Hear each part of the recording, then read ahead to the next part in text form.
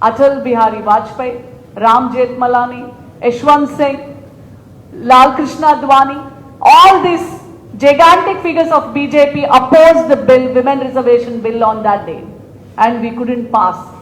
Later, in 1992, Prime Minister Nasim Rao was successful in implementing 33% reservation of seats for women in local bodies. It may be panchayat, municipal or urban local bodies.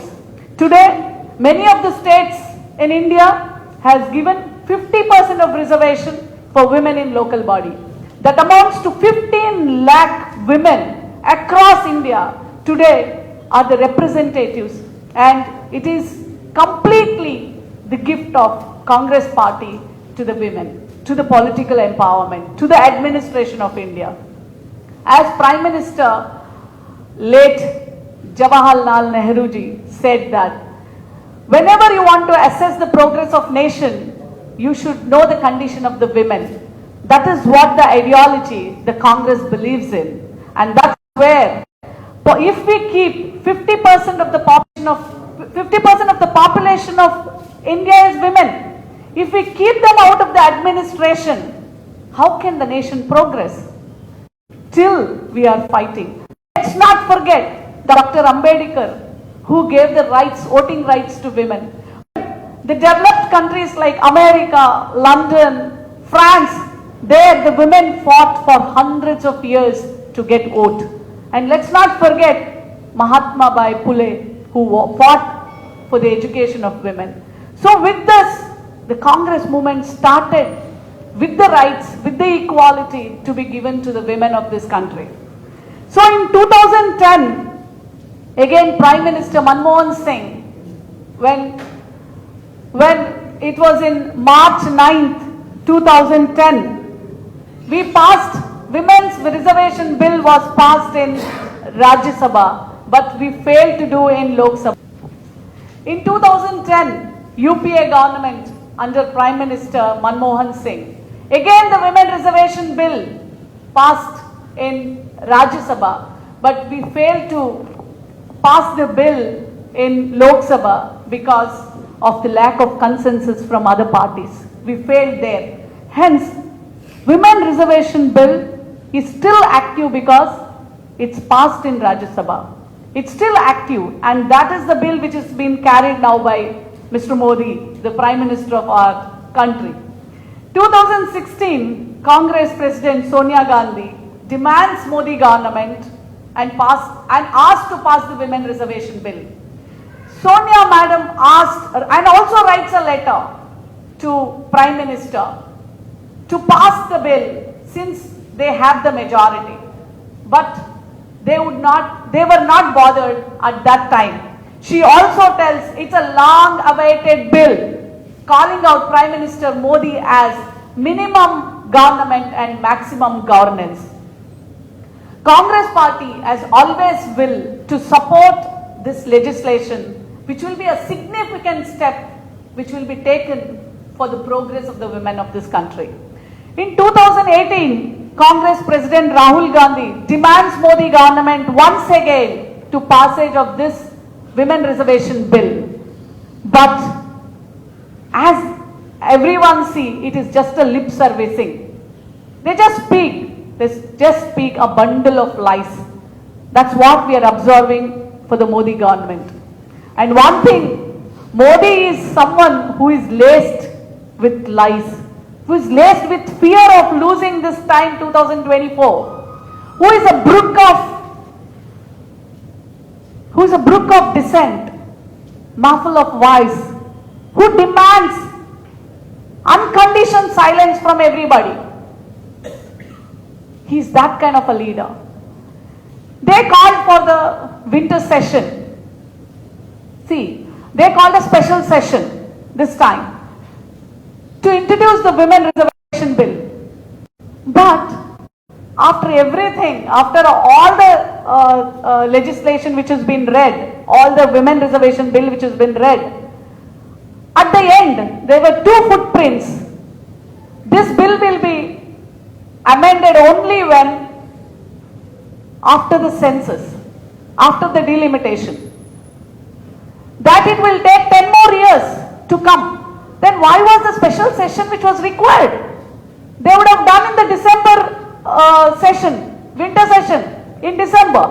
Why they called the special session? Just to seek the attention of the people. Just to go away from the problems which country is facing. That is unemployment, farmers' death, drought, Manipur issue. Our integral part of our country, Manipur, today it's burning. Lot of atrocities on women.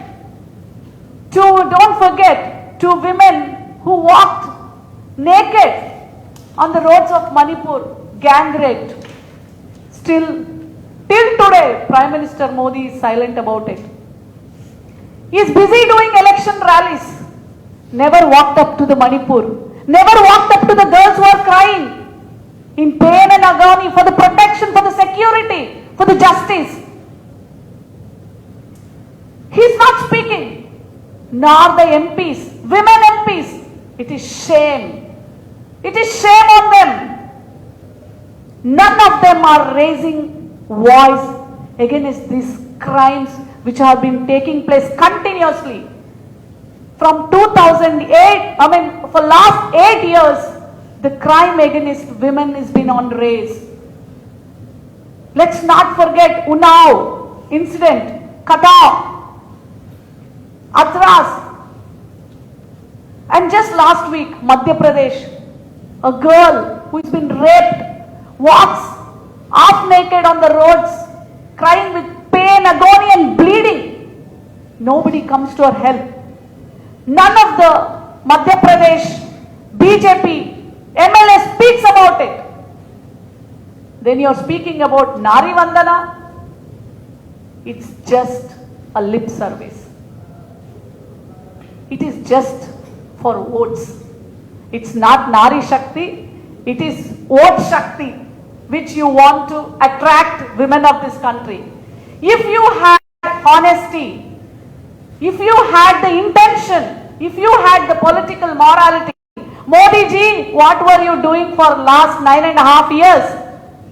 It was in your manifesto in 2014, the reservation bill, the women reservation bill was in the manifesto of BJP. Why were you silent for last 9.5 years? Why just before Lok Sabha elections 2024, you have called a special session? It was not required. If you were passing this amendment immediately, then yes, we all would have been so happy because we all would get a chance to, contest in Lok Sabha in 2024. But sadly is fooling the people. The women of this country should know that we cannot have this reservation for next 10 more years. The MPs of BJP, including Smriti Irani, speaks about the Article 82 and 83. According to it, the census will happen in 2030. And after 2 years, delimitation, it's a dream. As Martin Luther says, delay in your decision is a delay in your rights. The women of this nation are delayed of our rights. Till it is made a law, the women of this nation will never get an opportunity to contest elections. 50% of the population is kept away from the administration. How can the country progress? And I'm here to say the women of Kerala that don't be fooled by this BJP women reservation bill. It's just a political gimmick. It's just an election jumla. Yes, it's just to divert the attention of the people from poverty, from drought, from unemployment, from the price rise. And it's just tactics. So, even Rahul Gandhi ji, when he was doing his Bharat Jodo, a lot of OBC groups met Rahul ji, conveyed them that they are denied of their rights for education, for economic, and for political empowerment. Rahul ji promised and Rahul ji questioned in Parliament for Modi ji. Why 2011 census is not made public? Let the people of this nation know how many OBCs are there in this country. And he also asked 50% cap on the reservation to be removed. And Rahul ji demanded reservation for Dalits and tribes of this country, including OBCs. Why is Modi government is silent on this?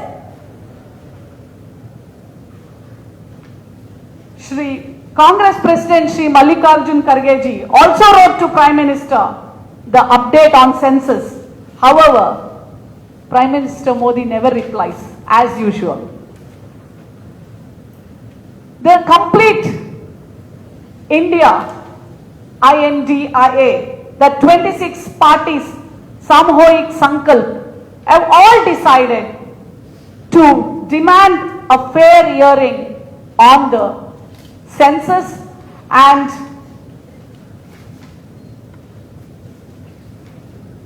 census on population and education and economically backward communities by implementing caste-based census as a first step. Let me say one thing, my friends, just to end my women reservation bill press meet. BJP is always good in doing lip servicing, creating hate and divide policy in the society. Let the women of this country not be fooled by this women reservation bill, which has been bought as an election gimmick. And this is the baby of Congress party, which strongly believes on Sri Narayan Guru ji ideologies. So let us all stand strong for, if Modi ji wants this reservation bill, let it be implemented immediately. Every single party is supported this bill. So let every woman of this country be privileged to get 30% reservation to Lok Sabha and Legislative Assembly elections. Thank you so much for hearing me, and thank you the entire PCC of Trivandrum, especially the Kerala, who gave me an opportunity to speak up, to conduct this press conference. And I also, from the bottom of my heart, I thank AACC to give me a chance to come here and to address the press conference on Women Reservation Bill. Thank you so much.